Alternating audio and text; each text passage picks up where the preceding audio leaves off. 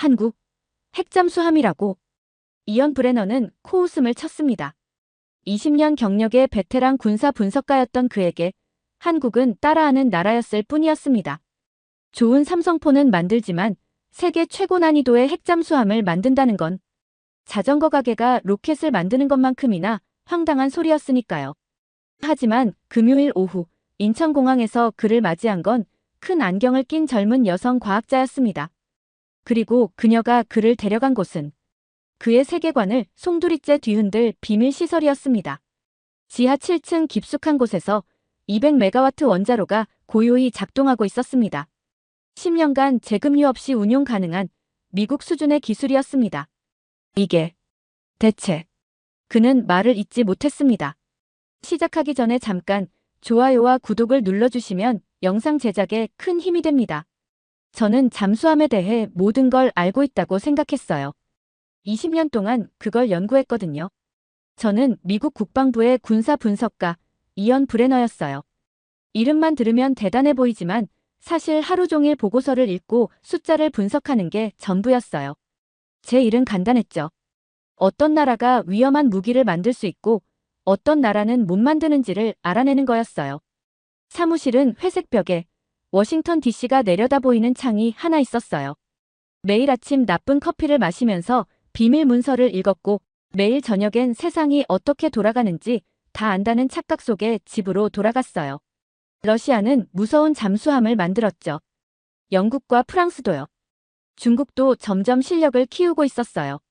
그게 전부였어요. 나머지 나라들은 그저 큰 나라들이 한 걸 따라하는 정도라고 생각했어요. 그리고 한국이요? 솔직히 말해서 한국에 대해 깊이 생각해 본 적이 없었어요. 좋은 휴대폰, 괜찮은 자동차는 만든다고 생각했어요. 하지만 핵잠수함을 만든다고요? 말도 안 된다고 생각했죠.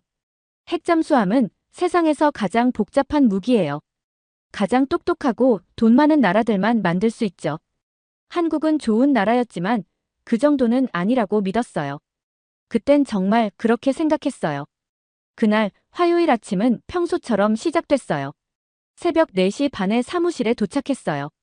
밖은 아직 어두웠고 건물은 조용했어요. 아무도 없는 시간에 일하는 게 좋았거든요. 컴퓨터를 켜고 화면이 켜질 때까지 기다렸어요.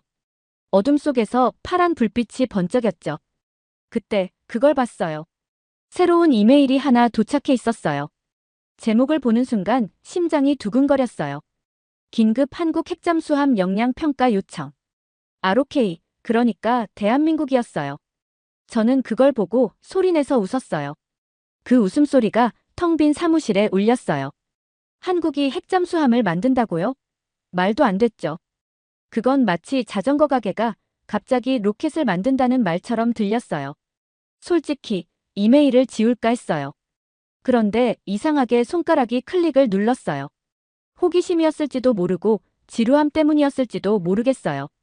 아니면 어쩌면 제 세상이 완전히 바뀌려 한다는 걸 어딘가에서 느꼈던 걸지도 모르죠.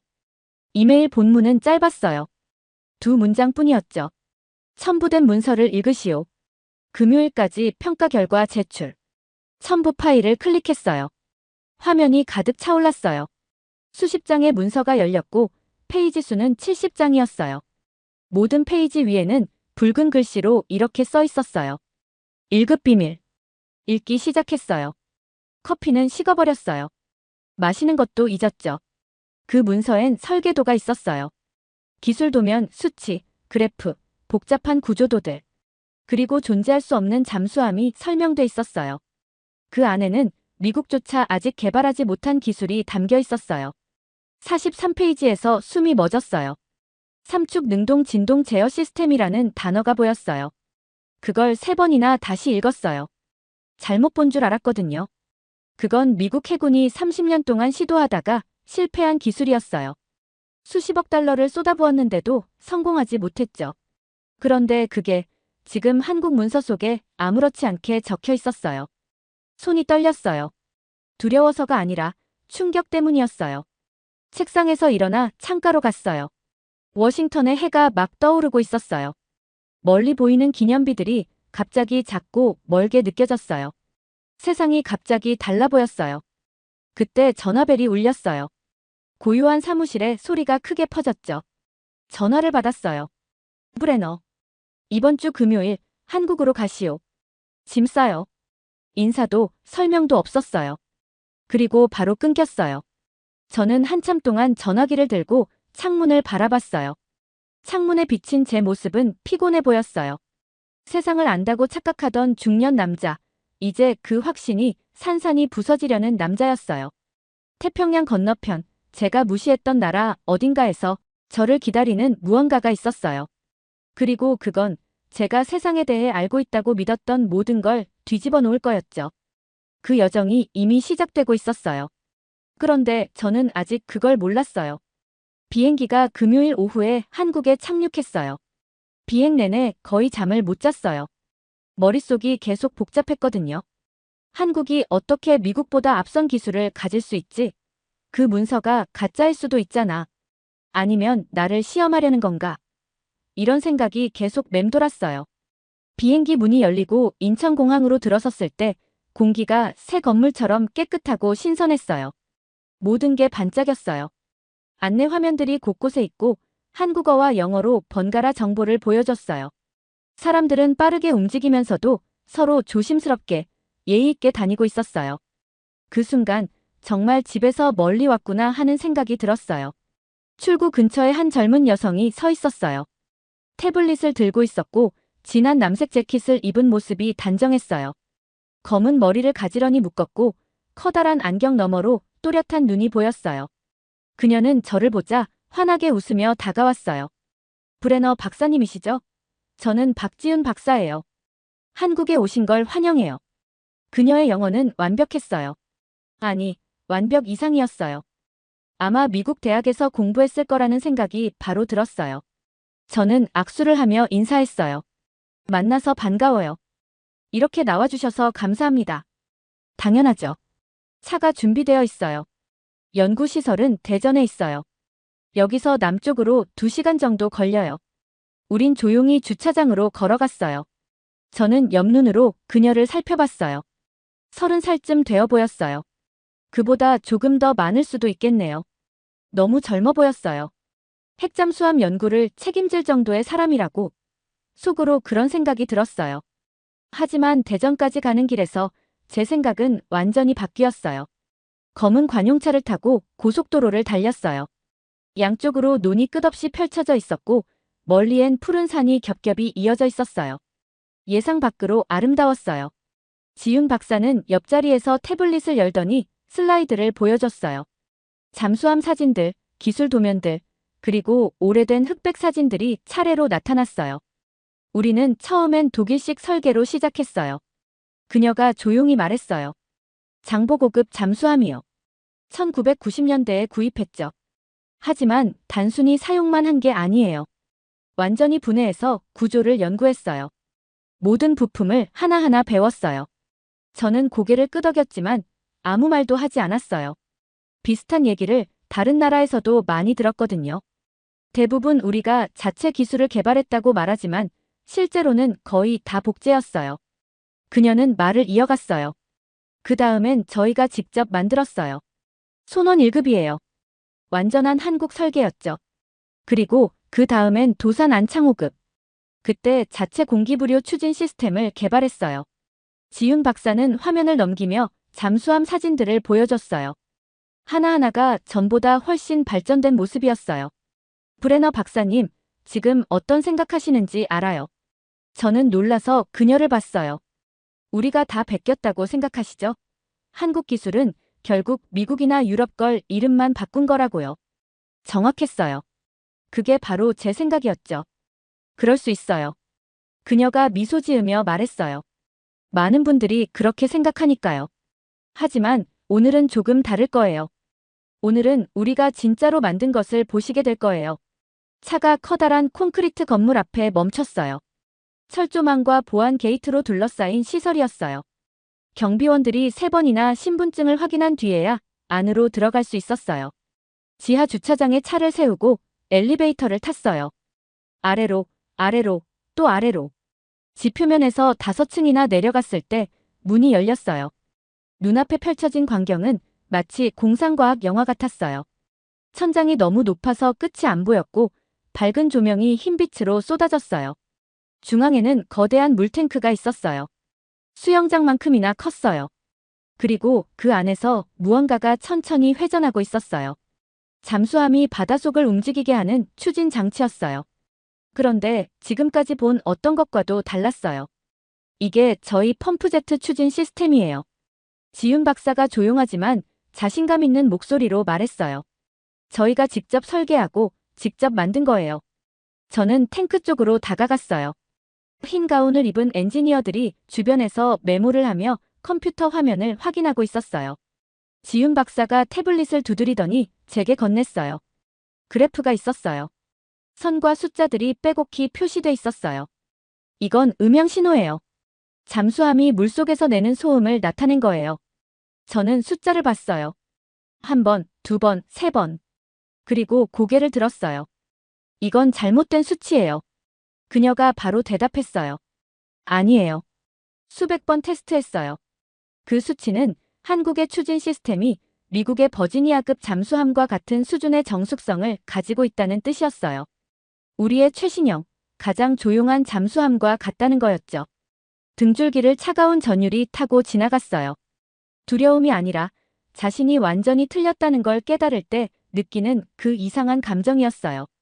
어떻게 그 말밖에 나오지 않았어요. 지윤 박사는 살짝 웃었어요. 자랑의 미소가 아니라 오랜 시간 싸워온 사람의 미소였어요. 포기하지 않았어요. 브레너 박사님. 아무리 불가능하다고 해도요. 그녀가 엘리베이터 쪽을 가리켰어요. 가시죠. 보여드릴 게 아직 많아요. 저는 그녀를 따라 걸었어요. 마치 꿈속을 걷는 것 같았어요. 제가 알고 있다고 믿었던 세상의 틀이 하나씩 무너지고 있었어요. 그리고 이건 시작에 불과했어요. 지윤 박사가 저를 더 깊은 곳으로 안내했어요. 우린 또 다른 엘리베이터를 탔어요. 이번엔 아까보다 더 깊이 내려갔어요. 5층이 6층이 되고 6층이 7층이 됐어요. 압력 때문인지 귀가 멍해졌어요. 도대체 얼마나 지하로 내려가는 건지 궁금했어요. 엘리베이터가 멈추고 문이 열렸어요. 앞에는 두꺼운 유리벽이 있었어요. 그런데 그냥 유리가 아니었어요. 방사능 차단용 특수 유리였어요. 살짝 초록빛이 돌고 두께가 30cm는 돼 보였어요. 그 유리 너머로 거대한 은빛 실린더가 보였어요. 콘크리트 방 한가운데 놓여 있었고 수많은 배관과 전선이 그걸 둘러싸고 있었어요. 주변의 제어판에는 불빛들이 반짝이고 있었어요. 이게 저희의 원자로 시제품이에요. 지윤 박사가 조용히 말했어요. 저는 입이 바짝 말랐어요. 한국의 지하, 그리고 눈앞의 핵원자로. 그것도 한국 과학자들과 기술자들이 직접 만든 거였어요. 출력은 200메가와트예요. 지윤 박사가 설명을 이어갔어요. 농축도 20% 이하의 우라늄을 써요. 재급류 없이 10년 동안 운용할 수 있어요. 저는 그 말을 듣고 실린더를 바라봤어요. 10년이라니 미국 잠수함이나 프랑스 잠수함이 가능한 수준이었어요. 한국이 이걸 해냈다는 게 믿기지 않았어요. 이건 위험한 기술이에요. 조심스럽게 말했어요. 맞아요. 지윤 박사가 고개를 끄덕였어요. 아주 위험하죠. 그래서 보여드리는 거예요. 그녀를 바라봤어요. 큰 안경 너머로 지적인 눈빛이 반짝였어요. 차분하고 자신감이 느껴졌어요. 이걸 숨길 수도 있었어요. 비밀로 둘 수도 있었죠. 하지만 저희는 투명하게 공개하기로 했어요. 우리가 무엇을 할 수 있는지 세상에 보여주고 싶었어요. 그리고 세상이 우리를 믿게 하고 싶었어요. 그녀 뒤쪽 벽에는 낡은 사진들이 걸려 있었어요. 색이 바래고 가장자리가 누렇게 변한 오래된 사진들이었어요. 낡은 작업복을 입은 남녀들이 설계도와 도면 앞에서 서 있었어요. 어떤 사람은 웃고 있었고 어떤 사람은 피곤해 보였어요. 하지만 모두 눈빛만큼은 단단했어요. 저분들이 2005년에 이 프로젝트를 시작하신 분들이에요. 지윤 박사가 설명했어요. 20년 전이죠. 정부는 3번이나 예산을 끊었어요. 정치인들은 불가능하다고 했고 다른 나라들은 멈추라고 했어요. 하지만 끝까지 포기하지 않았어요. 저는 그 사진 속 얼굴들을 한참 동안 바라봤어요. 모두 현실의 사람들이었어요. 20년 동안 불가능이란 말을 듣고도 멈추지 않았던 사람들이요. 그날 저녁 지훈 박사는 또 다른 걸 보여줬어요. 우린 작은 회의실에 앉았어요. 지훈 박사가 태블릿을 벽의 큰 화면에 연결했어요. 화면에 영상이 재생됐어요. 화질은 흐릿했고 먼 거리에서 찍은 듯 흔들렸어요. 검은 잠수함 한 척이 화면에 나타났어요. 평범한 잠수함보다 훨씬 거대했어요. 이건 북한 국영방송 영상이에요. 올해 3월 8일에 방영됐어요. 그 잠수함은 어두웠고 위협적으로 보였어요. 마치 악몽 속 괴물 같았어요. 핵추진 잠수함을 만들었다고 발표했죠. 폭 12m, 무게 1만 톤. 미국 본토까지 닿는 탄도미사일을 탑재할 수 있다고 주장했어요. 가슴이 서늘해졌어요. 냉전 시절에 우리는 이런 잠수함을 유령함이라고 불렀어요. 한번 물속으로 들어가면 사라져버려요. 아무도 찾을 수 없고 추적도 불가능하죠. 어디에든 있을 수 있는 존재. 그게 유령함이었어요. 그래서 저희가 준비한 거예요. 지훈 박사가 조용히 말했어요. 누구를 공격하려는 게 아니에요. 무기를 만들기 위해서도 아니에요. 살아남기 위해서예요. 스스로를 지킬 힘을 가지기 위해서요. 다음 날 아침, 우리는 진해 해군기지로 향했어요. 기지는 한국 남쪽 해안에 자리 잡고 있었어요. 푸른 바다가 끝없이 펼쳐져 있었고 부두에는 회색 전함들이 줄지어 서 있었어요. 햇빛이 금속 표면에 반사돼 반짝였어요. 가장 긴 부두 끝에는 검은 잠수함 한 척이 있었어요. 도산 안창호함. 한국이 만든 가장 진보된 재래식 잠수함이었어요. 거기서 해군 장교 한 명이 우리를 맞이했어요. 나이가 50쯤 되어 보였고 짧은 회색 머리와 햇빛에 그을린 얼굴을 하고 있었어요. 말수가 적었고 무표정했지만 진지한 인상이었어요. 그가 한국어로 설명했고 지훈 박사가 통역해줬어요. 이 잠수함은 50km밖에 다른 잠수함도 탐지할 수 있어요. 20일 동안 수면 위로 올라오지 않고 운항할 수 있고 어뢰는 시속 70노트로 나가요. 70노트라니 대부분의 군함이 도망칠 수 없는 속도였어요. 저는 부두 위에 서서 그 잠수함을 바라보며 머릿속으로 계산을 했어요. 단순한 계산이었지만 결과는 무서웠어요. 이 잠수함의 핵원자로를 얻는다면 세상 어떤 해군에도 맞설 수 있는 존재가 될 거예요. 수개월, 어쩌면 수년 동안 바닷속에 숨어 있을 수 있는 진짜 괴물이요. 이게 만약 핵추진이라면. 저도 모르게 그렇게 말했어요. 옆에 서 있던 지훈 박사가 고요하게 바다를 보며 제 말을 이어줬어요. 그럼 진짜 유령이겠네요. 바다 위로 해가 지고 있었어요. 물빛이 주황색과 금빛으로 물들었어요. 그 순간 제 안에서 뭔가가 바뀌었어요. 두려움도 아니고 분노도 아니었어요. 그보단 존경, 그리고 이해에 가까운 감정이었어요. 한국은 누구도 따라한 게 아니었어요. 그들은 진짜로 스스로의 힘으로 무언가를 만들어냈어요. 그날 밤 호텔방에 혼자 누워 있었지만 도무지 잠이 오지 않았어요. 머릿속엔 계속 오늘 본 것들이 떠올랐어요. 원자로, 추진 시스템, 잠수함, 그리고 절대 포기하지 않았던 과학자들의 얼굴들. 저는 너무 확신했었어요. 한국은 절대 이걸 못할 거라고요. 그런데 제가 틀렸어요. 완전히 틀렸어요. 저는 일요일 밤에 워싱턴으로 돌아가는 비행기를 탔어요. 비행기 안 공기가 예전과 달랐어요. 아니, 어쩌면 달라진 건 제가였을지도 모르겠어요. 창문 밖 구름들을 바라보면서 한국에서 본 것들을 떠올렸어요. 그 원자로, 잠수함, 그리고 절대 포기하지 않았던 과학자들. 그 중에서도 계속 생각난 건 지훈 박사의 말이었어요. 우리는 세상이 우리를 믿길 원해요. 워싱턴으로 돌아오자마자 보고서를 쓰기 시작했어요. 3일이 걸렸고 5번이나 다시 썼어요. 예전 방식대로 쓰려고 하면 할수록 이상했어요.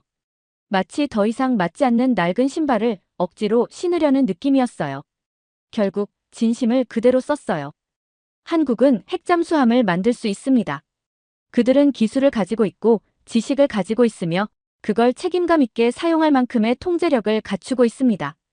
그리고 한 줄을 더 썼어요. 미국은 그들을 지원해야 합니다. 회의는 목요일 아침에 열렸어요. 회의실에는 군 장성들과 해군 제독들, 정부 관계자들이 다 모여 있었어요. 모두 고급 의자에 앉아서 저를 바라봤어요. 그들의 눈빛은 2주 전 제 눈빛과 똑같았어요. 의심과 확신이 뒤섞인 설마라는 표정이었어요. 저는 한국에서 찍은 사진들을 보여줬어요. 지윤 박사가 준 영상, 데이터, 그리고 증거들을 하나씩 설명했어요. 한국은 우리 걸 베끼는 게 아닙니다. 제가 말했어요. 그들은 진짜를 만들었어요. 아주 발전된 기술을요. 그리고 그걸 숨기지 않았습니다. 오히려 우리에게 직접 보여줬어요. 자신들의 비밀을 초대해서 보여주는 나라가 위험한 나라일까요? 뒤쪽에 앉은 나이 지긋한 남자가 손을 들었어요. 당신 말은 우리가 그들을 믿어야 한다는 건가? 저는 잠시 생각했어요. 그리고 천천히 말했어요.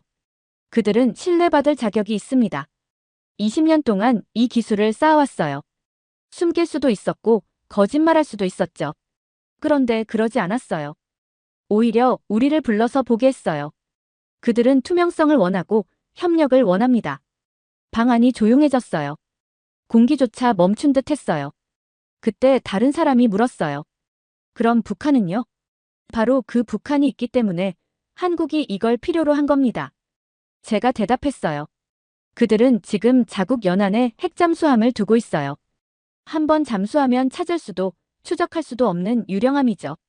한국은 이제 지켜달라고 하지 않아요. 스스로 지킬 수 있다는 걸 보여주고 있습니다. 다시 침묵이 흘렀어요. 그리고 누군가가 물었어요. 그럼 당신의 권고는 뭔가요? 저는 깊게 숨을 들이쉬고 말했어요. 승인입니다. 단 조건부 승인. 국제감시관 파견, 투명성 확보, 정기적인 검증 절차. 그 조건들을 포함한 승인 말입니다. 회의가 끝났어요. 투표가 진행되는 동안 저는 회의실을 떠나야 했어요. 밖으로 나와 차가운 워싱턴 공기 속에 서 있었어요. 자동차들이 지나가고 하늘엔 회색빛이 내려앉아 있었어요. 그때 주머니 속 핸드폰이 진동했어요. 문자 한 통. 단 네 단어였어요. 원칙적 승인. 수고했네. 저는 미소를 지었어요. 정말 오랜만에 진심으로 웃었어요. 그날 밤 포토맥 강가를 걸었어요. 강물은 어두웠고 고요했어요. 기념비 불빛이 물 위에 반사되어 흔들렸어요. 워싱턴은 여전히 그대로였어요. 하지만 제 눈엔 전혀 다르게 보였어요. 저는 20년 동안 세상을 안다고 믿었어요. 어떤 나라는 강하고 어떤 나라는 약하고 누군가는 이끌고 누군가는 따라간다고 단정했어요. 하지만 한국은 제게 전혀 다른 걸 가르쳐줬어요. 진짜 힘이란 크기에서 오지 않아요. 역사나 전통에서도 오지 않아요. 그건 포기하지 않는 의지에서 와요. 모두가 불가능하다고 말할 때조차 끝까지 나아가는 그 마음이요. 저는 지윤 박사와 낡은 작업복을 입은 과학자들의 사진을 떠올렸어요. 자신보다 더 큰 무언가를 믿었던 사람들. 20년 동안 불가능한 꿈을 현실로 만든 사람들. 그들은 단순히 잠수함을 만든 게 아니었어요.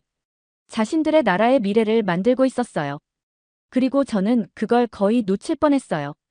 거의 그들을 모방자로만 치부할 뻔했죠. 다음 날 아침, 저는 지윤 박사에게 이메일을 보냈어요. 진실을 보여줘서 고마워요. 그리고 제가 틀렸다는 걸 증명해줘서 고맙습니다.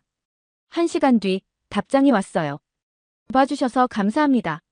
생각을 바꾸는 건 아무나 할 수 있는 일이 아니에요. 저는 그 이메일을 인쇄해서 사무실 벽에 붙였어요. MIT 졸업장 옆에, 해군 훈장 옆에요. 그리고 스스로에게 다짐했어요. 가장 용기 있는 행동은 자신이 틀렸음을 인정하는 일이다. 한국은 제가 생각했던 나라가 아니었어요. 그리고 저는 제가 생각했던 분석가가 아니었어요. 우린 둘 다 변했어요. 그리고 그 변화가 우리를 더 강하게 만들었어요. 여정은 끝났지만 진짜 일은 이제 시작이었어요. 동맹 간의 신뢰를 쌓고 편견이 아닌 존중 위에 협력을 세우고 힘의 의미를 새롭게 정의하는 일말이에요. 저는 마지막으로 창문에 비친 제 얼굴을 봤어요. 같은 회색 머리, 같은 피곤한 눈이었지만 그 속엔 분명 무언가가 달라져 있었어요. 겸손함일 수도 있고 지혜일 수도 있고 어쩌면 단순히 세상은 우리가 상상하는 것보다 훨씬 크고 놀랍다는 깨달음이었어요. 한국이 저에게 그걸 가르쳐줬어요. 그리고 저는 절대 그걸 잊지 않을 거예요. 잘 들으셨나요? 세상에는 가슴 따뜻한 이야기들이 가득합니다. 감동 힐링 사연은 해외에서 전해지는 감동적인 사연들을 소개하며 다양한 이야기들을 통해 위로와 희망, 그리고 하루의 힐링을 선물해드립니다. 조그마한 힐링이 되셨다면 구독과 알림 설정도 큰 힘이 되어요. 다음 영상에서 더 좋은 사연으로 찾아뵙겠습니다. 시청해주셔서 감사합니다. 당신은 미쳤어요. 30대 한국인 박사과정 학생이 차갑게 말했습니다. 그녀는 두꺼운 폴더를 그 앞으로 밀어냈습니다. 이건 12개 언어로 된 사료들이에요. 한국어, 중국어, 일본어, 라틴어, 헝가리어. 읽을 수 있나요? 케임브리지 대학의 저명한 교수는 고개를 저었습니다. 못합니다. 그럼 배우세요. 몇 년 걸릴 거예요. 그런데 교수님, 진실을 원하세요? 아니면 쉬운 답을 원하세요? 그 질문에 그는 임종하던 아버지를 떠올렸습니다. 그리고 대답했습니다. 진실을 원합니다. 그날부터 그의 지옥 같은 여정이 시작되었습니다. 대체 무엇이 이 영국인 교수를 이렇게 만들었을까요? 유럽을 공포에 떨게 한 훈족의 왕. 아틸라와 한국 사이의 충격적인 연결고리. 지금부터 그 이야기가 시작됩니다. 그 전에 잠깐 좋아요와 구독을 눌러주시면 영상 제작에 큰 힘이 됩니다. 안녕하세요. 제 이름은 리처드 그레이엄이에요. 저는 영국 케임브리지 대학교에서 역사학을 가르치고 있어요. 올해 42살이에요.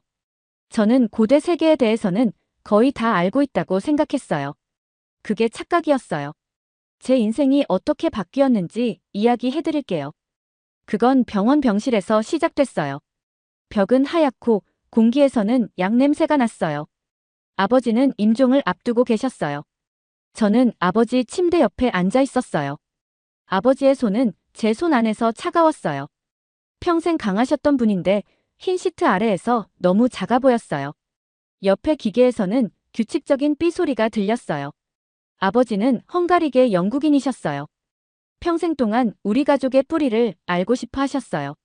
오래된 책을 읽고 지도를 보고 사람들에게 물어보셨지만 결국 답을 찾지 못하셨어요. 이제 시간이 얼마 남지 않았어요. 아버지가 눈을 뜨셨고 저를 바라보셨어요. 목소리는 아주 작았어요. 리처드, 찾아라. 우리 조상들을. 바람의 민족을. 약속해라. 저는 약속했어요. 그때 제가 할 수 있는 건 그것뿐이었어요. 제 아버지셨고 돌아가시기 직전이셨으니까요. 3일 후 아버지는 떠나셨어요. 저는 다시 케임브리지 제 사무실로 돌아왔어요. 사무실에는 키 큰 창문이 있었고 아래로는 학생들이 중정을 걸어다니는 게 보였어요. 제 책상에는 종이와 오래된 책들이 어지럽게 쌓여 있었어요. 저는 이곳에서 15년 동안 유럽 역사를 가르쳐 왔어요. 로마, 그리스, 영국. 제가 중요하게 여긴 건 늘 이런 곳들이었죠. 한국이요? 솔직히 한 번도 깊이 생각해 본 적 없었어요. 중국 옆에 작은 나라, 그 정도로만 알고 있었어요. 별로 중요하지도 연구할 가치도 없다고 생각했어요. 저는 2달 동안 아버지의 흔적을 찾으려고 했어요. 교회 기록을 읽고 족보를 뒤졌지만 소득이 없었어요. 그러다 가을이 왔고 저는 연구 때문에 보스턴으로 갔어요. 그곳의 공공도서관에는 아주 오래된 필사본들이 있었어요. 1000년 전의 기록도 있었죠. 어느 저녁, 저는 열람실에 혼자 앉아 있었어요. 제 책상 위 스탠드 불빛이 깜빡였고 눈이 아플 정도로 오래 읽고 있었어요. 비잔틴 시대의 라틴어 필사본을 보고 있었어요. 그런데 이상한 문장을 하나 발견했어요. 딱 한 문장이었는데 심장이 두근거렸어요. 동방의 왕 아틸라는 해가 떠오르는 땅에서 왔다. 저는 책을 내려놓고 벽을 멍하니 바라봤어요. 해가 떠오르는 땅. 비잔틴 사람들은 그 표현을 극동, 즉 한국이나 일본을 의미할 때 썼어요. 그들이 알고 있던 세상의 끝쪽이었죠. 아틸라라니. 훈족의 왕이었어요. 로마를 거의 무너뜨릴 뻔했던 사람. 역사상 가장 두려운 전사 중 한 명이었어요. 지금도 유럽에서는 그에 대한 전설이 전해지고 있죠. 그런데 그가 한국에서 왔다고요? 말도 안 됐어요. 그 순간 발밑이 흔들리는 것 같았어요. 저는 자리에서 일어나 열람실을 나왔어요. 복도는 텅 비어 있었고 제 발소리만 울렸어요. 그런데 저 멀리서 2 여학생의 대화가 들렸어요. 영어로 말하고 있었지만 억양으로 한국인이라는 걸 알 수 있었어요. 가야 역사과제 너무 어렵다. 나도 알아. 그래도 가야는 진짜 대단했잖아. 일본에도 철을 수출했대. 저는 그 자리에 멈췄어요. 온몸이 굳어버렸어요. 가야, 철, 해상무역. 훈족은 무기 때문에 유명했어요. 활과 갑옷, 모두 철로 만들어졌죠. 로마인들이 훈족의 철 무기를 두려워했어요. 그럼 혹시 훈족의 철기 기술이 한국에서 시작된 걸까요? 아틸라가 한국 출신이었다면요? 말도 안 돼요. 미쳤다고 생각했어요. 하지만 아버지의 말이 다시 떠올랐어요. 바람의 민족. 훈족은 바람이라 불렸어요. 그들은 빠르게 이동했고 어디서나 나타났어요. 정말 바람처럼. 저는 한참 동안 그 복도에 서 있었어요. 학생들이 제 옆을 지나갔지만 아무것도 보이지 않았어요. 그때 제 안에서 무언가가 변했어요. 머릿속에 문이 열렸고 그 문은 다시는 닫히지 않았어요. 그땐 몰랐지만 그 순간이 제 인생을 완전히 바꿔놓았어요. 저는 제 가족의 역사를 찾고 있다고 생각했지만 사실 훨씬 더 큰 진실로 향하고 있었어요. 제가 믿어왔던 모든 걸 흔들 진실이었어요. 그리고 그 진실은 저를 세상 반대편으로 이끌었어요. 그때부터 제 여정이 시작된 거예요. 그날 밤 저는 잠을 전혀 잘 수가 없었어요. 그 다음 날도 또 그 다음 날도요. 저는 하버드 도서관으로 갔어요. 보스턴 도서관보다 훨씬 컸어요. 세계 각국의 책들이 있었어요. 중국 책, 한국 책, 일본 책 그리고 제가 읽을 수 없는 책들이 정말 많았어요. 그래도 시도해야 했어요. 그러다 아주 오래된 중국의 역사서, 위서를 찾았어요. 1000년도 넘은 책이었어요. 번역본을 참고해서 읽기 시작했는데 번역이 완벽하지는 않았지만 대략적인 내용은 이해할 수 있었어요. 그러다가 한 문장에서 숨이 멎었어요. 흉노의 활은 짧지만 강력하다. 그 제작법은 동이 예인에게서 비롯되었다. 저는 흉노에 대해 알고 있었어요. 그들은 훈족이었어요. 아니면 훈족이 되었거나요. 학자들 사이에서도 여전히 논쟁이 많죠. 그런데 예인이라니요? 찾아보니까 그들은 한반도 북부에 살았던 민족이었어요. 철을 다루는 기술로 유명했대요. 짧고 강한 활. 훈족의 활과 똑같았어요. 철제 무기.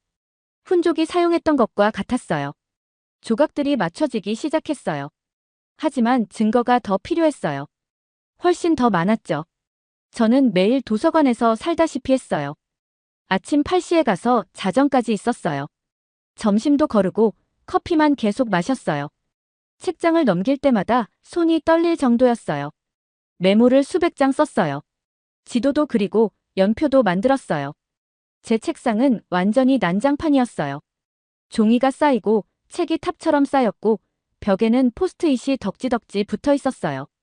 그날도 아주 늦은 밤이었어요. 누군가 제 뒤에서 말했어요. 꼴이 엉망이구나. 뒤를 돌아봤어요. 에드워드 핸더슨 교수님이었어요. 제가 학생일 때 저를 가르쳐 주신 분이에요. 이제는 이른쯤 되셨을 거예요. 회색 머리와 수염 구겨진 셔츠, 오래된 스웨터를 입고 계셨죠. 겉모습은 늘 흐트러져 있었지만 눈빛만큼은 여전히 날카로웠어요. 교수님은 커피 2잔을 제 책상 위에 놓으셨어요. 그리고 제 노트를 보시더니 눈썹을 치켜 올리셨어요. 훈족, 한국, 가야왕국. 저는 얼굴이 빨개졌어요. 저도 알아요. 미친 소리처럼 들린다는 거요. 교수님, 정말 말도 안 되는 얘기처럼 들릴 거예요. 교수님은 말없이 커피를 마셨어요. 한참을 그렇게 계시다가 살짝 미소를 지으셨어요. 말도 안 되는 질문이 역사를 만든다네. 계속 해보게. 그러더니 주머니에서 종이 한 장을 꺼내셨죠. 이름과 이메일 주소를 적으셨어요. 이 사람은 여기 박사과정 학생이야. 한국 고대사를 연구하고 있지. 가야만 7년째 파고 있어. 한번 만나보게.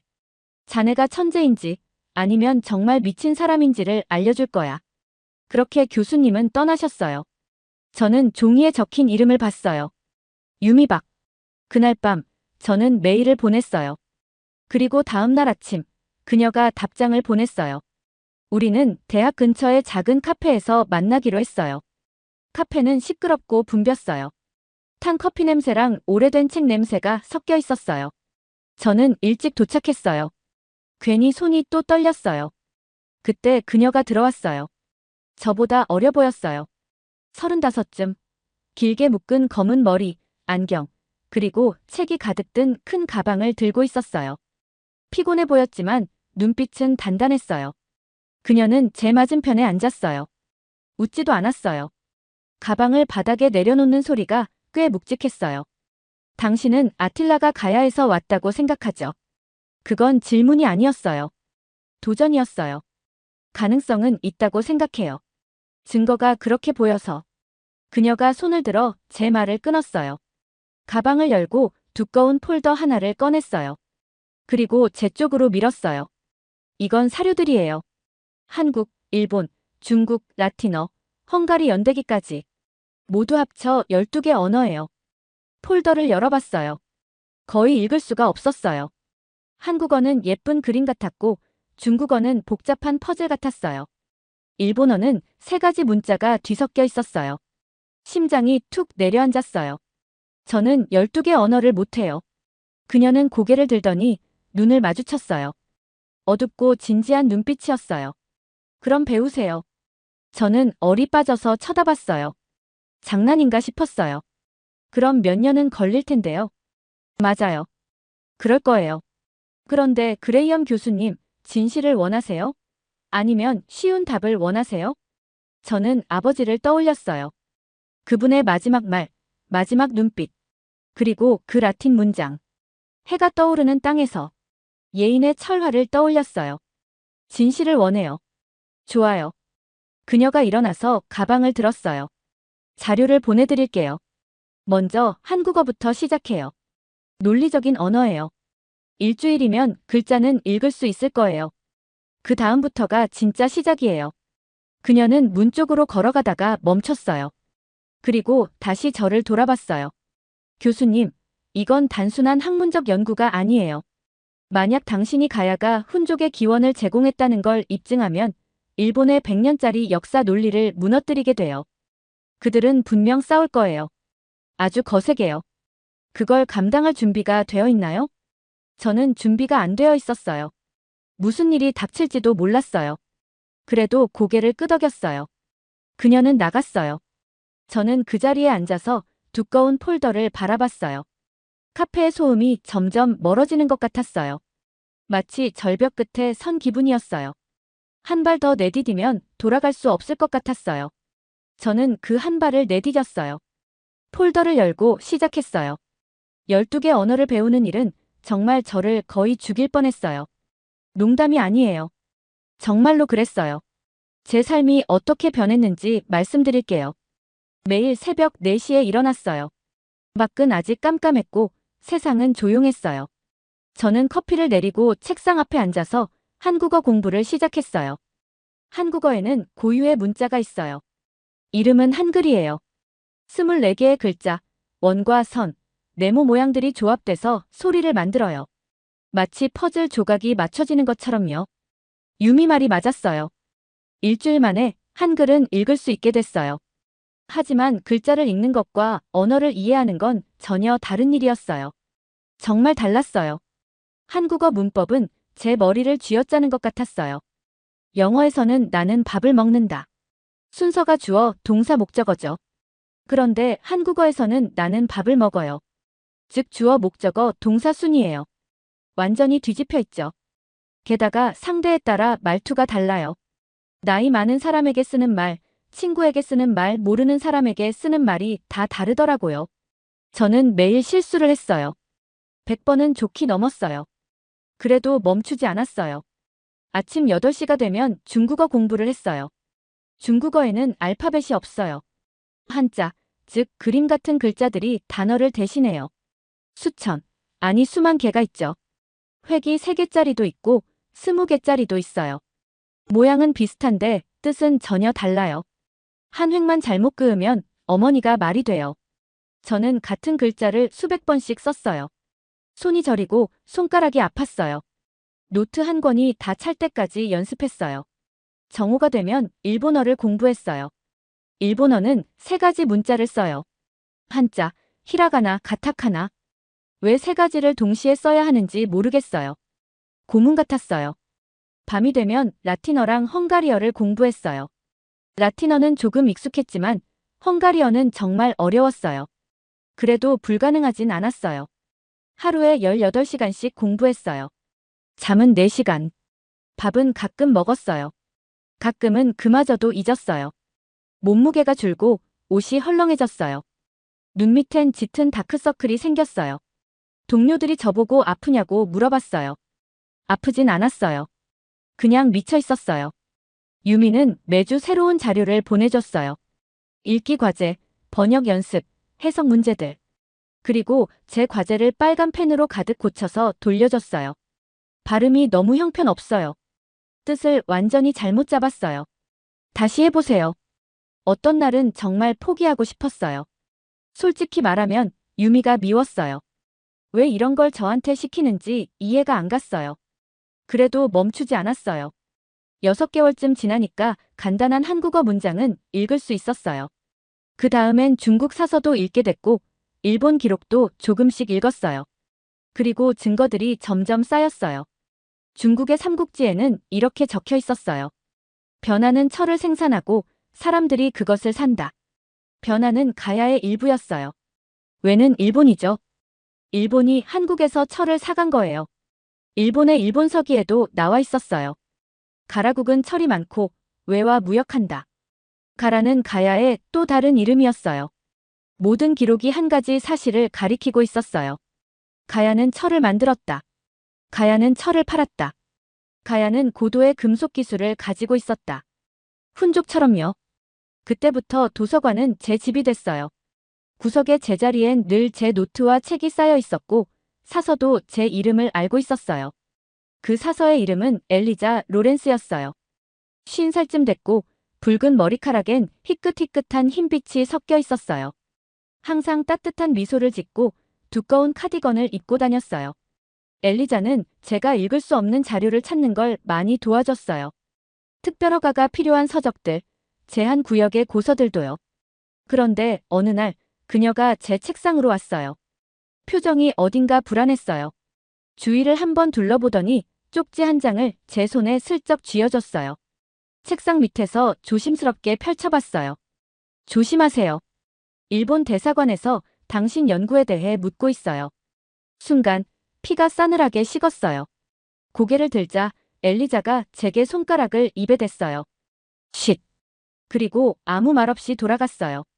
그날 밤 공부 때문이 아니라 두려움 때문에 잠을 못 잤어요. 누군가가 저를 지켜보고 있었어요. 2주 후 아침에 사무실에 갔을 때였어요. 문이 열려 있었어요. 저는 항상 문을 잠그는데요. 조심스럽게 밀고 들어가 보니 모든 게 달라져 있었어요. 서류가 뒤섞이고 책이 엉켜 있었어요. 서랍장은 열려 있었고 누군가가 제 연구 자료를 모두 뒤져본 게 분명했어요. 훔쳐간 건 없었어요. 대신 모든 게 조사되어 있었죠. 그건 메시지였어요. 경고였어요. 우린 당신이 뭘 하고 있는지 안다.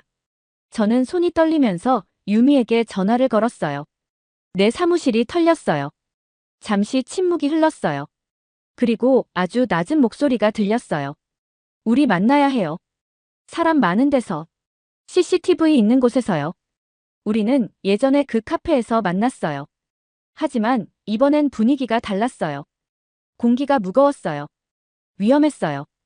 유미는 두려워 보였어요. 처음 보는 표정이었어요. 그레이엄 교수님 리처드. 그녀가 처음으로 제 이름을 불렀어요. 엘리자 로렌스가 병원에 있어요. 교통사고였대요. 제 심장이 철렁 내려앉았어요. 괜찮아요? 살긴 할 거예요. 그런데 경찰이 이상하대요. 브레이크가 동시에 다 고장났대요. 우리는 아무 말도 하지 않았어요. 그게 사고일 수도 있었지만 아닐 수도 있었어요. 왜 계속 저를 돕는 거예요? 위험하잖아요. 유미는 커피잔을 내려다봤어요. 오랫동안 말이 없었어요. 제 할머니가 김해 출신이에요. 가야의 옛 수도죠. 성도 김이에요. 김 씨는 가야 왕족의 후손이라고 해요. 그런데 역사책엔 늘 가야가 약한 나라로만 나와요. 정복당한 나라, 별 볼 일 없는 나라 하지만 당신이 가야가 훈족의 뿌리였다는 걸 증명하면 제 할머니의 조상들은 약한 사람들이 아니었어요. 세상을 바꾼 전사들이었던 거예요. 그때 알았어요. 이건 저만의 일이 아니었어요. 아버지의 마지막 부탁, 그리고 그녀의 잃어버린 역사. 우린 이제 같은 길 위에 있었어요. 아무리 위험해도 멈출 수 없었어요. 우린 시작한 일을 끝내야 했어요. 한국어 공부를 시작한 지 1년 6개월 후, 저는 헝가리에 서 있었어요. 끝없이 펼쳐진 판노니아 평원, 바람에 흔들리는 풀 사이로 훈족이 살던 땅이 제 앞에 있었어요. 이곳 어딘가에 제가 찾던 진실이 묻혀 있었어요. 발굴 현장에는 훈족의 무덤이 있었고 그 옆엔 가야 고분 전문가 윤도경 교수님과 유미가 함께했어요. 핸더슨 교수님은 미국에서 매일 연락을 주셨어요. 윤 교수님이 무릎을 꿇은 채 흥분된 목소리로 외쳤어요. 이걸 보세요. 무덤 속엔 머리 모양이 길게 변형된 해골이 있었어요. 귀족임을 상징하는 훈족의 풍습이었죠. 그런데 그 옆에서 푸른빛의 고곡이 나왔어요. 유미가 떨리는 목소리로 말했어요. 고곡이에요. 한국의 고곡. 윤 교수님이 고개를 끄덕였어요. 가야 왕족 무덤에서만 나오는 유물이죠. 숨이 막혔어요. 한국 왕족의 장신구가 헝가리의 훈족 무덤에서 발견된 거예요. 하지만 사람들은 분명 우연이라 할 거예요. 교역품일 뿐이라고. 그래서 저희는 반박할 수 없는 과학적 증거가 필요했어요. 저희는 무덤에서 나온 뼈 샘플을 하버드 의대의 캐서린 박 교수님에게 보냈어요. 헝가리의 세케이 사람들, 그리고 김해의 김씨 후손 100명의 DNA도 함께 분석했어요. 결과가 나오기까지 3개월. 제 인생에서 가장 긴 시간이었어요. 그동안 일본 학자들은 제 연구를 공격했어요. 학회를 열고 저를 사기꾼이라 불렀죠. 대학으로 항해 편지도 쏟아졌어요. 핸더슨 교수님이 전화를 하셨어요. 리처드, 자네 정말 확신하나? 틀리면 끝이야. 저는 아버지를 떠올리며 말했어요. 확신해요. 결과는 화요일 아침에 나왔어요. 캐서린 교수님은 떨리는 목소리로 말했어요. 새 집단의 Y염 색채 표지가 일치해요. 세케이, 김해 김씨, 훈족 무덤 같은 북의 혈통이에요. 우연일 확률은 거의 0이에요. 유미가 제 팔을 붙잡았어요. 그럼 그들이 같은 조상이라는 뜻이네요. 저는 고개를 끄덕였어요. 훈족과 가야는 직접적인 혈연관계예요. 6개월 뒤 파리 유네스코 회의에서 전 세계 학자들 앞에 섰어요. 일본 대표단 30명은 제 연구를 반박하기 위해 왔어요. 손이 떨렸지만 저는 모든 증거를 공개했어요. 비잔틴 기록, 중국 사서, 일본 연대기, 헝가리 전승. 모두 같은 이야기를 하고 있었어요. 그리고 무덤에서 발견된 고곡, 철제 무기, 복합궁, 마지막으로 DNA 결과까지 보여줬어요. 저는 30년 동안 한국이 유럽 역사와 무관하다고 믿었어요. 하지만 틀렸어요. 훈족의 왕 아틸라는 가야 왕족의 후손이었습니다. 바다 옆의 철의 땅, 그곳은 한반도였어요. 회의장은 숨죽인 듯 조용했어요. 투표 결과 171개 나라가 찬성했어요. 일본 대표단은 자리를 박차고 나갔지만 나머지 모두는 남았어요. 그 순간 저는 의자에 주저앉았어요. 유미가 저를 안았고 핸더슨 교수님은 웃으며 울고 계셨어요. 저희는 이겼어요. 진실이 저희 편이었거든요. 3개월 후 저는 처음으로 한국 땅을 밟았어요. 유미가 김해로 데려갔어요. 가야의 옛 수도였죠. 복원된 왕릉들은 잔디로 덮여 있었고 소량기와 햇살이 어우러졌어요. 저는 수로 왕릉 앞에 섰어요. 그리고 아버지의 마지막 말을 떠올렸어요. 찾아라. 바람의 민족을. 저는 찾았어요. 그들은 여기 있었어요. 언제나 이곳에 있었어요. 훈족이 바람의 민족이라 불린 건 그들이 너무 빨랐기 때문이었어요. 그리고 그 바람의 뿌리는 바로 이 작은 바닷가 나라, 가야였어요. 저는 무릎을 꿇고 묘비에 손을 얹었어요. 아버지, 찾았어요. 우리는 가야의 자손이에요. 우리는 바람의 민족이에요. 유미가 제 손을 잡았어요. 아무 말도 하지 않았어요. 그날 밤 유미, 핸더슨 교수님, 윤 교수님과 함께 삼겹살을 구워 먹으며 소주로 건배했어요. 리처드 그레이엄에게 핸더슨이 웃으며 말했어요. 가야에게, 철의 사람들에게 제가 잔을 들었어요. 유미가 웃으며 덧붙였어요. 그리고 고집에게요. 미친 생각이라도 끝까지 밀고 가는 고집이 진실을 만드니까요. 한국의 별빛 아래에서 저희는 웃으며 마셨어요. 집으로 돌아가는 비행기 안에서 저는 알았어요. 이 여정은 단순히 가야를 찾는 여정이 아니었어요. 저 자신을 다시 발견하는 여정이었어요. 틀렸다고 인정하는 건 부끄러움이 아니라 용기라는 걸, 그리고 진짜 변화는 마음속 거리, 내가 믿던 나와 진짜 나 사이를 건너는 것에서 시작된다는 걸요. 잘 들으셨나요? 세상에는 가슴 따뜻한 이야기들이 가득합니다. 감동 힐링 사연은 해외에서 전해지는 감동적인 사연들을 소개하며 다양한 이야기들을 통해 위로와 희망, 그리고 하루의 힐링을 선물해드립니다. 조그마한 힐링이 되셨다면 구독과 알림 설정도 큰 힘이 되어요. 다음 영상에서 더 좋은 사연으로 찾아뵙겠습니다. 시청해주셔서 감사합니다. 이 센서를 양에게 붙이라고. 미쳤군. 마을 노인이 비웃었습니다. 하지만 마리나는 말없이 센서를 설치했습니다. 한국에서 배운 스마트팜 시스템이었습니다. 1년 전이었습니다. 중국 회사가 무료로 나눠준 백신 때문에 60마리가 하루아침에 전멸했을 때 그들은 사과 대신 이렇게 말했습니다. 당신들이 현대과학을 이해 못해서 그래요. 그날 27살 수의사 마리나는 무릎을 꿇고 60마리를 묻으며 속삭였습니다. 우린 평생 무시당하며 살아야 하는 걸까? 그리고 지금 중국 회사가 다시 나타났습니다. 10년 계약, 1천억 투자, 당신에게 연봉 5천만. 모두가 숨을 죽였습니다. 하지만 그녀의 대답은 거절합니다.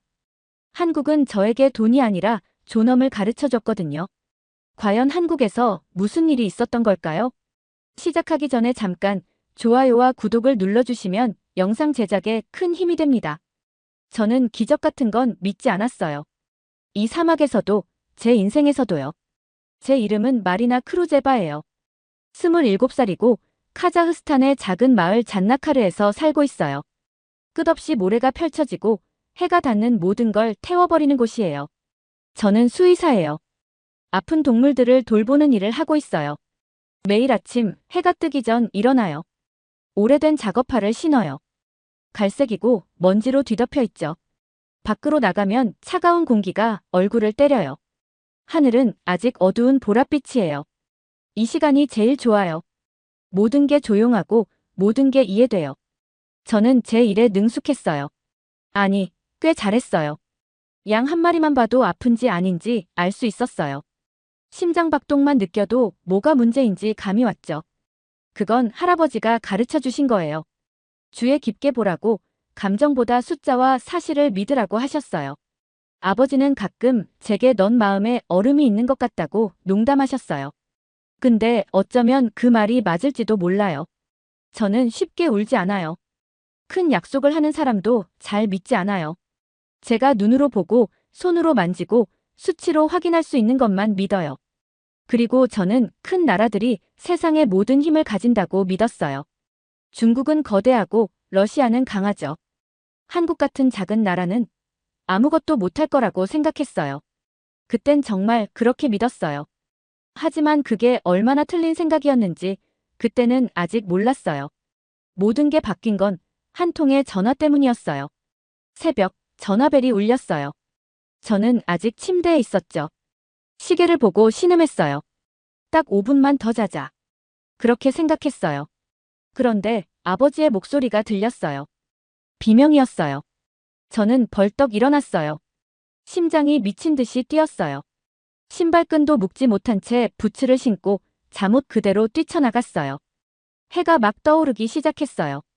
하늘은 분홍빛과 주황빛으로 물들어 있었어요. 평소 같으면 아름다웠겠지만 그 순간엔 아버지의 목소리밖에 생각나지 않았어요. 뭔가 끔찍한 일이 일어났다는 걸 직감했어요. 우리 집 양 우리로 달려갔어요. 집에서 약 200m쯤 떨어져 있었죠.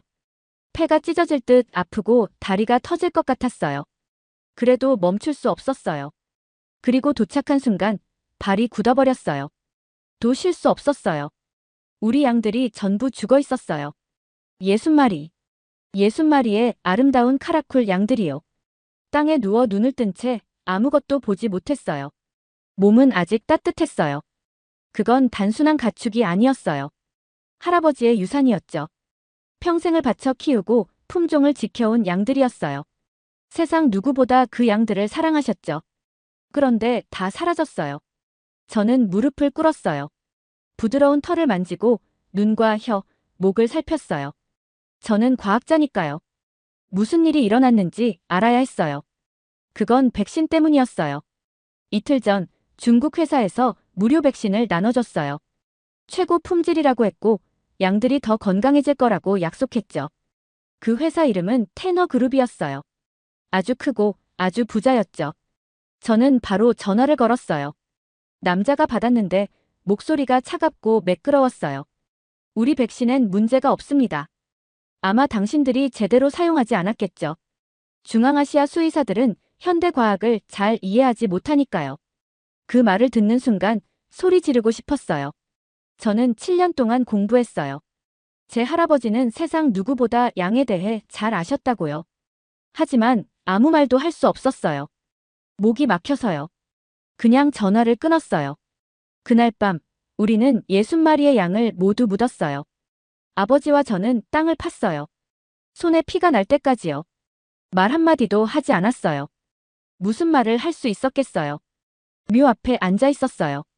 별은 유난히 밝았고 사막은 완전히 조용했어요. 우린 이렇게 살아야만 하는 걸까? 어둠 속에 대고 속삭였어요. 사람들은 우리를 평생 하찮게 여길까? 분노가 치밀었어요. 하지만 동시에 너무 무력했어요. 제가 뭘 할 수 있었겠어요? 세상 구석의 작은 마을에 사는 그저 한 사람일 뿐인데요. 그리고 3일 뒤 모든 걸 바꿔놓을 걸 발견했어요. 창고를 청소하고 있었어요. 먼지랑 가죽 냄새가 가득했죠. 오래된 상자들이 쌓여 있었어요. 거의 열어본 적도 없는 것들이었어요. 구석에 낡은 가죽 트렁크 하나가 있었어요. 두꺼운 먼지가 덮여 있었죠. 원래라면 그냥 지나쳤을 거예요. 그런데 이상하게 마음이 끌렸어요. 안에는 일기장이 있었어요. 누렇게 변하고 낡은 종이였어요. 글씨는 할아버지의 필체였어요. 할아버지 입안은 5년 전에 돌아가셨어요. 그리움이 밀려왔어요. 손끝이 떨렸어요. 조심스럽게 펼쳐 읽기 시작했어요. 1994년 3월 28일. 오늘 한국에서 온 사람들이 우리 마을에 왔다. 그들은 우리 이야기를 들으며 함께 울었다. 한 남자가 내 손을 잡고 말했다. 우리가 언젠가 도와드리겠습니다. 우리는 형제니까요. 형제라는 단어에서 눈이 멈췄어요. 페이지 사이에서 명함 한 장이 떨어졌어요. 한국어로 적혀 있었어요. 읽을 수 없어서 휴대폰 번역기로 번역했어요. 도움이 필요하시면 연락주세요. 우리는 가족입니다. 그렇게 쓰여 있었어요. 그 문장을 오래 바라봤어요. 한국. 제가 작고 약하고 중요하지 않다고 생각했던 나라. 불과 한 달 전만 해도 친구 아르만에게 말했어요. 세상을 움직이는 건 중국과 러시아야. 한국은 그냥 거기 있는 나라일 뿐이야. 그런데 지금 먼지 쌓인 창고 한가운데서 할아버지의 일기를 들고 있는 제 마음속에서 무언가가 바뀌기 시작했어요. 혹시 제가 틀렸던 걸까요? 나라의 크기가 힘을 의미하지 않는다면? 만약. 아니요, 말도 안 되는 생각이었어요. 그런데 이상하게도 그 생각이 머리에서 떠나지 않았어요. 그날 밤 잠을 이룰 수 없었어요. 명함을 계속 만지작거리면서 할아버지의 글을 수십 번 다시 읽었어요. 우리는 형제다. 어쩌면 진짜로 다른 길이 있을지도 몰라요. 우리가 존중받고 사람답게 대우받을 수 있는 세상. 그런 세상 말이에요. 어쩌면 한국은 다를지도 몰라요. 아니면 제가 그냥 절박하고 어리석은 걸지도 모르죠. 그땐 몰랐어요. 하지만 곧 알게 될 거였어요. 3일 동안 저는 그 명함 생각을 멈출 수가 없었어요. 한국, 한국어, 그리고 우리를 형제라고 부른 한국 사람들. 말도 안 되는 이야기였어요. 어리석은 생각 같았어요. 그런데 이상하게도 머릿속에서 떠나질 않았어요. 그래서 인터넷을 켰어요. 손이 조금 떨렸어요. 그리고 찾았어요.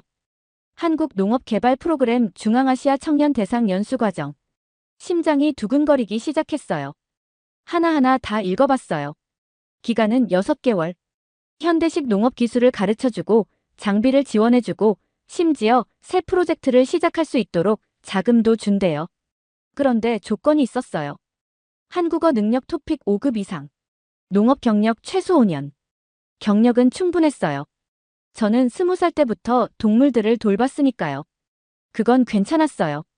하지만 한국어는 단 한마디도 할 줄 몰랐어요. 알파벳조차 본 적이 없었어요. 토픽 5급이라니요. 한국 사람들도 가끔 떨어진다던데요. 컴퓨터를 덮었어요. 웃음이 나왔지만 그건 즐거운 웃음이 아니었어요. 너무 어이가 없을 때 나오는 그런 웃음이었어요. 그만해, 말이나. 스스로에게 말했어요. 그건 다른 사람의 꿈이지, 내 건 아니야. 그날 밤, 꿈을 꿨어요.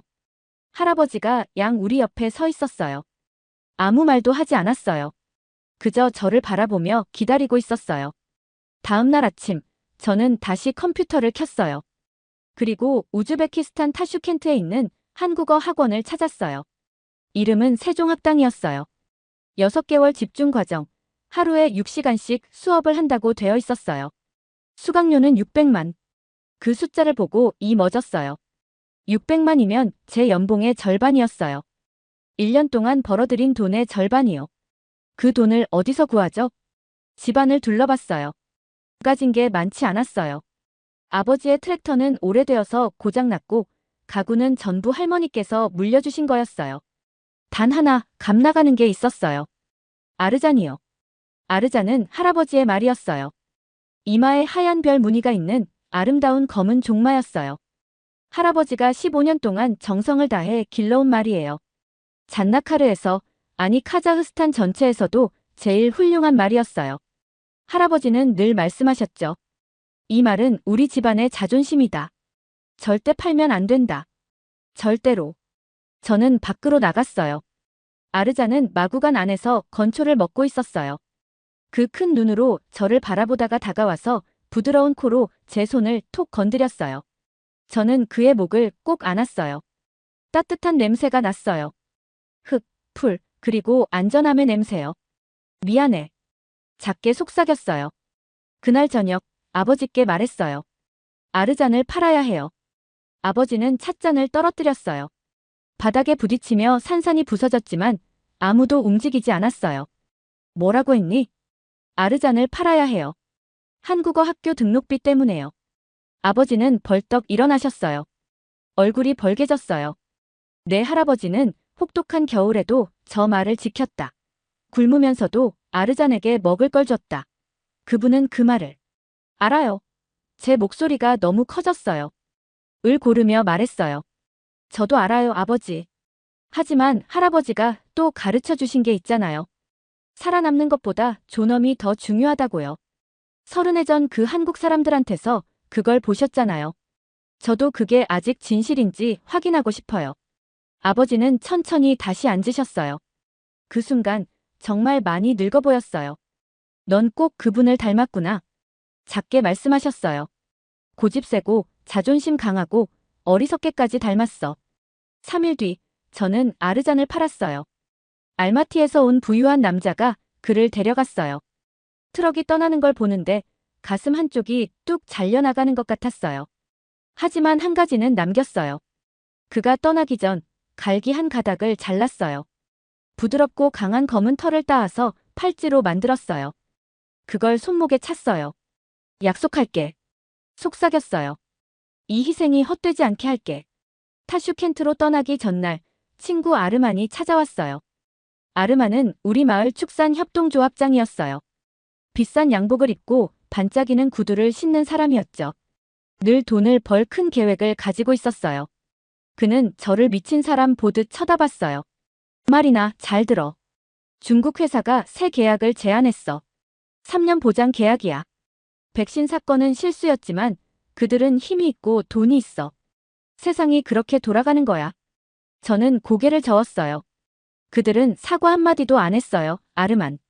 우릴 바보 취급했잖아요. 그는 한을 쉬고 넥타이를 고쳤어요. 자존심으로 배를 채울 수는 없어. 나는 이 마을을 살리려는 거야. 근데 넌 오래된 일기장 하나 보고 한국어를 배우겠다고. 정신 차려. 그 말이 맞을지도 몰라요. 정말 제가 멍청하고 감정적이었을지도 몰라요. 제가 제일 싫어하는 부류의 사람이요. 그래도 저는 버스를 탔어요. 타슈켄트행 버스예요. 세종학당 첫날 정말 도망가고 싶었어요. 선생님이 칠판에 썼어요. 글자가 이상했어요. 퍼즐 같고 그림 같았어요. 문자 같지 않았어요. 이건 자음이에요. 선생님이 말했어요. 한국어에는 자음이 14개, 모음이 10개 있어요. 머리가 지끈거렸어요. 이걸 어떻게 배우지? 누가 이걸 다 외운다는 거야? 그런데 선생님이 또 하나를 쓰셨어요. 사랑. 이건 사랑이라는 뜻이에요. 세종대왕이라는 분이 500년 전에 이 글자를 만들었어요. 글을 모르는 백성들을 위해서요. 누구나 읽고 쓸 수 있게 하려고요. 농부도 하인도요. 왕이 백성을 위해 만든 문자예요. 가슴 한쪽이 이상하게 먹먹했어요. 가난한 사람들을 위해 글자를 만든 왕이라니요. 믿기 힘들었어요. 그런데 너무 아름다웠어요. 3일째 되는 날 김윤호 씨를 만났어요. 그는 한국인 자원봉사자였어요. 24살쯤 되어 보였어요. 따뜻한 얼굴에 부드러운 미소를 지녔고 제가 실수해도 절 한 번도 바보 취급하지 않았어요. 발음을 틀리면 다시 해봐요. 어제보다 훨씬 나아졌어요. 하고 웃으며 말해줬어요. 어느 날 오후 윤호 씨가 통 2개를 들고 왔어요. 이건 김치예요. 그리고 이건 된장이에요. 어머니가 직접 만드셨어요. 저는 멍하니 쳐다봤어요. 이걸 왜 저한테 주는 거예요? 그는 오히려 당황한 표정을 지었어요. 집이 멀잖아요. 그럴 땐 음식이 도움이 돼요. 그리움이 좀 덜하거든요. 저는 고개를 돌렸어요. 얼굴을 보이기 싫었어요. 힘있는 나라의 누군가가 저를 이렇게 대해준 적은 단 한 번도 없었어요. 마치 제가 사람으로 보이는 듯 했어요. 존재로서 존중받는 기분이었어요. 그날 밤 눈이 아프도록 공부했어요. 한 손엔 아르잔의 갈기 팔찌를 쥐고 다른 손으론 한국어 글자를 썼어요. 양들이 죽은 이후 처음으로 제 안에서 새로운 감정이 피어올랐어요. 희망이었어요. 어쩌면 이 미친 계획이 통할지도 몰라요. 어쩌면 한국은 정말 다를지도 몰라요. 아니면 모든 걸 잃을 수도 있겠죠. 그건 아직 몰랐어요. 하지만 저는 시도해보기로 했어요. 6개월이 꿈처럼 지나갔어요. 아니, 악몽 같았을지도 몰라요. 저는 하루도 빠짐없이 한국어를 공부했어요. 수업 6시간, 집에서 복습 4시간. 머리가 타버릴 것 같았어요. 그래도 결국 해냈어요. 토픽 5급 시험에서 157점을 받았어요. 점수를 본 순간 울었어요. 진짜로요. 저는 평소엔 잘 울지도 않는데요. 3주 뒤, 저는 비행기 안에 있었어요. 한국행 비행기였어요. 비행기를 타본 건 처음이었어요. 작은 창문에 얼굴을 대고 하얀 구름 바다를 내려다봤어요. 그 아래 어딘가에 제 고향이 있었어요. 아버지도, 마을도, 제가 아는 모든 것들도요. 그리고 저는 이제 모르는 세상으로 날아가고 있었어요. 비행기는 인천공항에 착륙했어요. 밖으로 나왔을 때 제일 먼저 느낀 건 공기였어요. 맑았어요. 비냄새와 뭔가 다른 신선한 냄새가 섞여 있었어요. 먼지랑 디젤 냄새뿐인 제 고향 공기와는 완전히 달랐어요. 공항에서 시내로 가는 버스를 탔어요. 눈을 뗄 수가 없었어요. 도로가 완벽했어요. 매끈하고 깨끗했어요. 구멍도 없고 균열도 없었어요. 버스는 정확히 정류장에 섰고 문도 정시에 열렸어요. 사람들은 줄을 서서 타고 내렸어요. 누구도 밀치지 않았고 누구도 소리치지 않았어요. 이건 불가능해. 저도 모르게 중얼거렸어요. 한국은 전쟁을 겪었잖아요. 모든 걸 잃은 끔찍한 전쟁이요. 그게 겨우 70년 전 일이에요.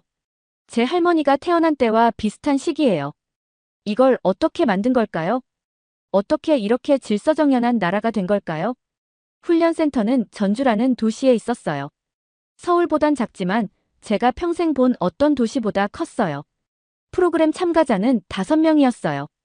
우즈베키스탄에서 2, 키르기스스탄에서 1명, 투르크메니스탄에서 1명, 그리고 저요. 첫날 교실에서 기다리고 있었어요. 손에 땀이 나서 자꾸 아르잔의 갈기 팔찌를 만졌어요. 그때 정해찬 박사님이 들어오셨어요. 40살쯤 되어 보였어요. 안경을 쓰시고 깨끗한 셔츠를 입으셨죠. 딱 선생님 같은 분이었어요. 하지만 그 눈빛은 따뜻했어요. 박사님은 우리에게 허리를 숙여 인사했어요. 진짜로요, 선생님이 학생에게요. 어서 오세요. 천천히 또렷한 한국어로 말씀하셨어요. 우리는 이번 여정의 동반자입니다. 여러분은 우리가 가지지 못한 지식을 가지고 있습니다. 저희는 배운 것을 나누고 싶습니다. 함께 성장해 나갑시다. 동반자라는 단어가 가슴에 꽂혔어요. 제 안 어딘가 단단하게 굳어있던 게 부서지는 느낌이었어요. 그리고 첫 수업에서 제가 알고 있던 모든 게 바뀌었어요. 박사님은 스크린 앞에 서서 말했어요. 뒤엔 농장 사진과 그래프가 있었어요. 기술이 정답은 아닙니다. 기술은 그저 도구예요. 진짜 답은 사람이에요. 기술이 사람의 삶을 더 낫게 만들지 못한다면 그건 아무 의미가 없습니다. 박사님은 작은 스마트팜 센서를 보여주셨어요. 온도와 습도, 가축의 건강 상태를 측정하고 휴대폰으로 알려주는 장치였어요. 이 센서들이 여러분을 대신하는 게 아닙니다.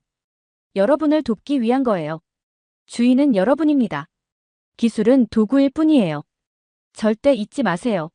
저는 손을 들었어요. 심장이 두근거렸어요. 저는 수업 중에 말하는 걸 싫어하지만 이번엔 꼭 말해야 했어요. 저희 나라에서는 사람들이 우리를 무시해요. 현대적인 걸 이해하지 못한다고 해요. 전통적인 방식은 쓸모없다고요. 박사님은 제 눈을 바라보셨어요. 진지했지만 따뜻했어요. 그 사람들은 어리석은 사람들이에요. 전통 지식은 수백 년에 걸쳐 쌓인 거예요. 기술은 겨우 몇십 년의 산물이죠. 두 개를 합치면 그 누구도 만들 수 없었던 새로운 힘이 생깁니다. 저는 고개를 숙였어요. 얼굴을 들 수가 없었어요. 또 눈물이 날 것 같았거든요. 왜 한국에 오면 자꾸 울게 되는 걸까요? 매일이 그렇게 흘러갔어요. 힘들었지만 제가 겪었던 어떤 고생이랑도 달랐어요. 우리는 IoT 시스템, 질병 예방, 데이터 분석까지 배웠어요. 그런데 제일 이상한 건 사람들이 저희를 대하는 방식이었어요. 제가 실수했을 때 선생님들은 틀렸어요라고 하지 않았어요. 왜 그런 일이 생겼는지 같이 살펴볼까요? 라고 하셨어요. 아무도 저를 바보 취급하지 않았어요. 웃지도 않았어요. 어느 날은 제가 카라쿨 양의 번식법을 설명했어요. 혹독한 겨울을 견디려면 세대를 거쳐 만들어진 특별한 방법이 필요하다고요. 그 말을 듣던 한국 연구원이 말했어요. 정말 흥미로워요. 우리 이걸 논문으로 같이 써볼까요? 같이. 그 말이 가슴을 쳤어요. 처음으로 제가 진짜 과학자처럼 대접받는 기분이었어요. 제 지식이 가치 있는 것처럼 느껴졌어요. 그 순간 중국 회사 직원이 떠올랐어요. 중앙아시아 수의사들은 현대 과학을 이해 못한다고 비웃던 그 남자요. 한국은 달랐어요. 완전히 달랐어요. 그런데 프로그램 시작한 지 석 달쯤 됐을 때 아버지한테서 전화가 왔어요. 목소리가 텅 빈 것처럼 들렸어요. 말이나 중국 회사가 마을을 압박하고 있다. 아르마는 새 계약에 사인하려고 한다. 바로 현금으로 준대. 사람들이 배고프다. 내가 믿는 그 한국의 기적을 기다릴 여유가 없다. 저는 기숙사방에 서 있었어요. 창밖에 비가 내리고 있었어요. 빗방울이 유리창을 두드렸어요. 마치 누가 조용히 말을 거는 것처럼요. 어쩌면 아르만이 맞았을지도 몰라요. 제가 그냥 꿈꾸는 바보일지도요. 아르잔을 판 것도 다 헛된 희생이었을지도 몰라요. 제가 배우는 건 현실에 아무 쓸모 없는 것일지도요. 존엄 같은 건 배고픈 사람들에겐 사치일지도 모르잖아요. 그날 밤 식당에서 혼자 앉아 있었어요. 밥 한 숟가락도 못 넘기겠더라고요. 그때 정 박사님이 오셨어요. 제 앞자리에 앉으셨어요. 집에 무슨 일 있나요? 부드럽게 물으셨어요. 저는 다 말했어요. 중국의 압박, 아르만의 선택, 그리고 제가 잘못된 길을 걷고 있는 건 아닌지 두려운 마음까지요. 박사님은 한동안 아무 말씀도 안 하셨어요. 창밖의 비를 조용히 바라보다가 천천히 말씀하셨어요. 제가 왜 이 일을 택했는지 알아요? 저는 고개를 저었어요. 우리 할머니가 농부셨거든요. 대기업들이 찾아와서 전통 방식은 쓸모없다고 했어요. 할머니는 그 말을 믿었어요. 결국 스스로를 믿지 못하게 되었죠. 모든 걸 그들에게 의지했어요. 그때 깨달았어요. 가장 잔인한 가난은 돈이 없는 게 아니라 존엄을 잃는 거라는 걸요. 박사님은 제 눈을 보며 말씀하셨어요. 당신이 배우는 건 한국 기술이 아니에요. 당신 자신을 더 강하게 만드는 도구를 배우는 거예요. 그건 전혀 달라요. 그리고 그게 모든 걸 바꿔요. 그날 밤 저는 잠을 자지 않았어요. 책상 앞에 앉아서 아침이 될 때까지 컴퓨터를 붙잡고 있었어요. 잔나카르에 맞는 스마트팜 시스템 설계를 시작했어요. 한국의 센서를 우리 기후에 맞게 바꾸고 우리 동물과 전통 지식을 접목시켰어요. 그들의 방식을 복사하는 게 아니라 우리의 방식을 더 강하게 만드는 거였어요. 완성하고 나서 손목의 아르잔 팔찌를 바라봤어요. 이건 당신을 위해서예요. 속삭였어요. 할아버지를 위해서. 그리고 세상에 너희는 중요하지 않다고 들었던 모든 사람들을 위해서.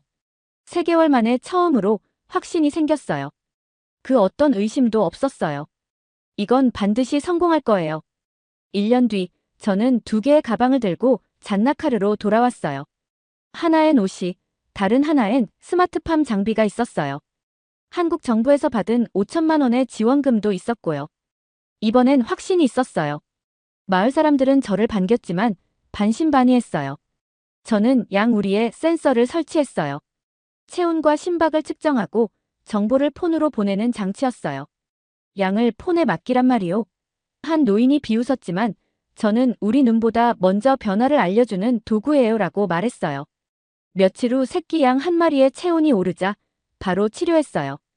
다른 양들은 병이 번졌지만 그 양은 살았어요. 그날 이후 마을이 바뀌었어요. 모두가 배우기 시작했고 생산량은 40% 늘었어요. 그때 중국 회사가 다시 왔어요. 10년 계약, 1천억 투자, 당신에게 연 5천만 연봉. 하지만 저는 말했어요. 우린 거절하겠어요. 한국은 돈보다 존중을 줬어요. 아르만도 제 옆에 섰어요. 가장 큰 투자는 자신을 더 크게 만드는 거요. 며칠 뒤 정 박사님이 전화를 주셨어요. 유럽 회사들이 우리 양털을 사고 싶대요.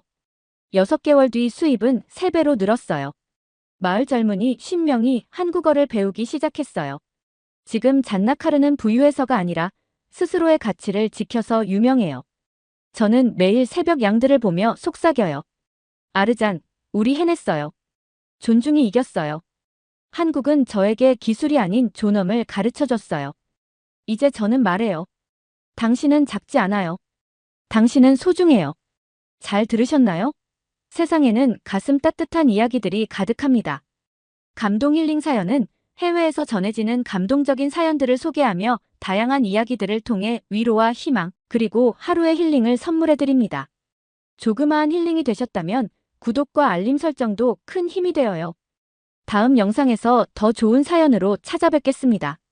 시청해주셔서 감사합니다.